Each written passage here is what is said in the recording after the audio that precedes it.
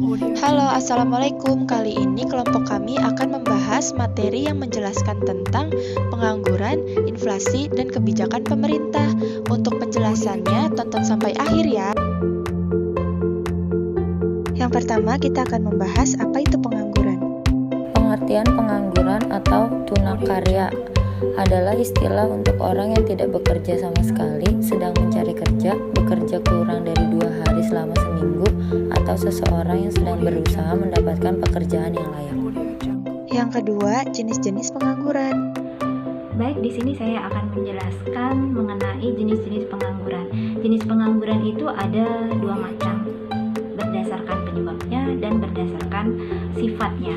Berdasarkan penyebabnya itu terdiri dari 6 poin, sementara untuk berdasarkan sifatnya terdiri dari 3 poin. Nah, berdasarkan penyebabnya terdiri dari yang pertama, pengangguran konjunktur atau cyclical unemployment. Contoh, saat kegiatan ekonomi mengalami kemunduran, perusahaan-perusahaan mengurangi kegiatan produksi. Nah, akibatnya banyak tenaga kerja yang tidak dapat bekerja lagi. Dan yang kedua, pengangguran struktural. Contoh, terjadi pergeseran dari sektor pertanian menjadi sektor industri. Akibatnya, makin banyak jumlah industri, sedangkan kegiatan pertanian berkurang. Bagi tenaga kerja di bidang pertanian yang tidak dapat bekerja di bidang industri, itu akan menganggur. Terus yang ketiga, pengangguran friksional. Contoh, pengangguran sebagai akibat dari keinginan untuk mencari pekerjaan yang lebih baik. Keempat, pengangguran musiman. Contoh, pengangguran pada saat selang musim tanam dan musim panen. Kelima, pengangguran teknologi.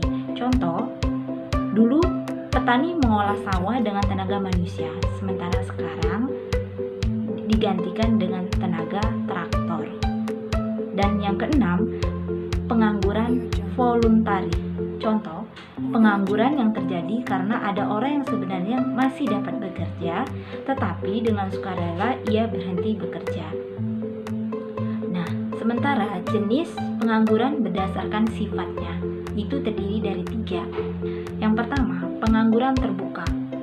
Contoh, pengangguran yang terjadi karena kurangnya lapangan pekerjaan yang tidak mau bekerja, atau ada ketidakcocokan antara lowongan pekerjaan dengan latar belakang pendidikannya.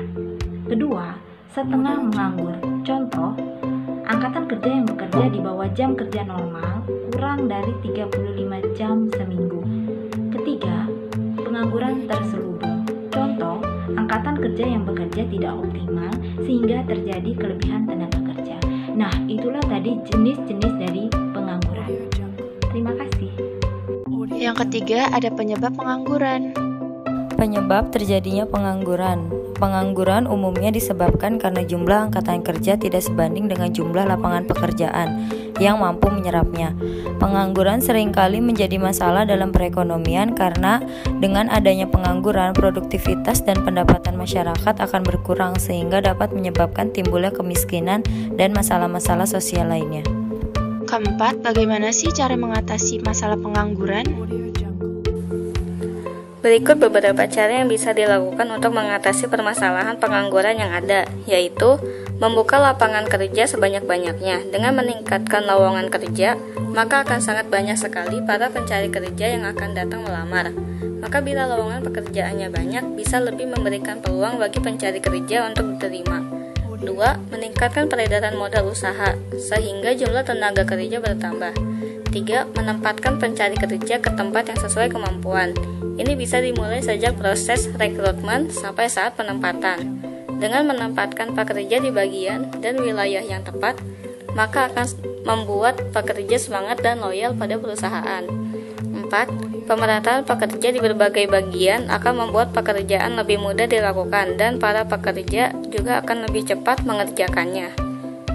5. Melatih para pencari kerja untuk memiliki jiwa entrepreneur atau membuka usaha sendiri. Seringkali banyak yang bilang kalau membuka usaha sendiri membutuhkan modal, padahal saat ini dengan digitalisasi banyak yang tanpa modal, hanya menggunakan online. Kemudian masuk ke materi selanjutnya, yaitu inflasi. Pengertian inflasi. Inflasi merupakan suatu proses meningkatnya harga-harga secara umum dan terus-menerus, kontinu, berkaitan dengan mekanisme pasar yang dapat disebabkan oleh berbagai faktor, antara lain konsumsi masyarakat yang meningkat, berlebihnya likuiditas di pasar memicu konsumsi atau bahan spekulasi, sampai termasuk juga akibat adanya ketidaklancaran distribusi barang. Sekarang kita bahas jenis-jenis inflasi. Baik, di sini saya akan menjelaskan tentang jenis-jenis inflasi. Jenis-jenis inflasi terbagi menjadi 4. Yang pertama, ada inflasi ringan atau merayap. Inflasi ini ditandai dengan peningkatan laju inflasi yang rendah, biasanya kurang dari 10% setahun. Ciri dari inflasi ini adalah kenaikan harga yang relatif lambat dan berlangsung dengan lambat. Yang kedua, ada inflasi sedang atau galloping inflation. Inflasi ini sedikit lebih tinggi dibandingkan inflasi ringan. Lajunya berkisar antara 10-30% per tahun. Jenis inflasi ini ditandai dengan kenaikan harga yang cukup besar dalam waktu yang singkat. Yang ketiga, ada inflasi berat atau high inflation. Sesuai dengan namanya, kategori inflasi ini adalah inflasi yang tergolong berat, mencakup laju mulai dari 30-100% setahun. Pada tingkat ini, harga kebutuhan masyarakat naik secara signifikan dan sulit dikendalikan. Dan yang terakhir, ada inflasi sangat berat atau hyperinflation. Jenis inflasi ini sangat dirasakan karena terjadi secara besar-besaran dan mencapai lebih dari 100% setahun. Indonesia pun pernah mengalami hiperinflasi, bahkan mencapai 600% di tahun 1998. Penyebabnya karena terjadinya pencetakan uang secara besar-besaran demi menutup defisit anggaran pada waktu itu. Kemudian, efek apa yang ditimbulkan oleh inflasi? Ada beberapa efek dari inflasi. Yang pertama, inflasi dapat menggerus daya beli. Inflasi tentu saja merugikan konsumen karena gaji atau penghasilan stagnan, tapi pengeluaran dan belanja membengkak lantaran kenaikan harga barang atau jasa yang menjadi kebutuhan utama. Yang kedua, inflasi juga mempengaruhi kemampuan ekspor sebuah negara. Akibat inflasi, biaya ekspor jadi lebih mahal dan daya saing produk ekspor menurun.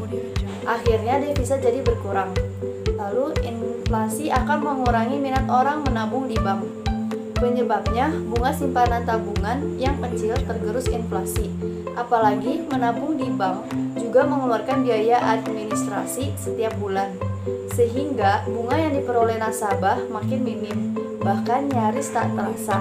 Lalu yang terakhir, inflasi dapat mempengaruhi kestabilan mata uang rupiah. Kestabilan kurs rupiah mengandung dua aspek, yakni kestabilan nilai mata uang terhadap barang dan jasa, serta kestabilan terhadap mata uang negara lain. Yang terakhir, ada kebijakan pemerintah. Kebijakan pemerintah pada hakikatnya merupakan kebijakan yang ditunjukkan untuk publik dalam pengertian seluas-luasnya, negara, masyarakat dalam berbagai status serta untuk kepentingan umum, baik itu dilakukan secara langsung maupun tidak secara langsung, yang tercermin pada berbagai dimensi kehidupan publik. Oleh karena itu, kebijakan publik sering disebut sebagai kebijakan pemerintah. Kemudian pembahasan terakhir itu tentang apa itu kebijakan segi penawaran. Kebijakan segi penawaran yaitu langkah pemerintah untuk meningkatkan efisiensi kegiatan perusahaan-perusahaan serta tenaga kerja sehingga produksi nasional dapat ditingkatkan, biaya produksi dikurangkan, dan teknologi lebih berkembang.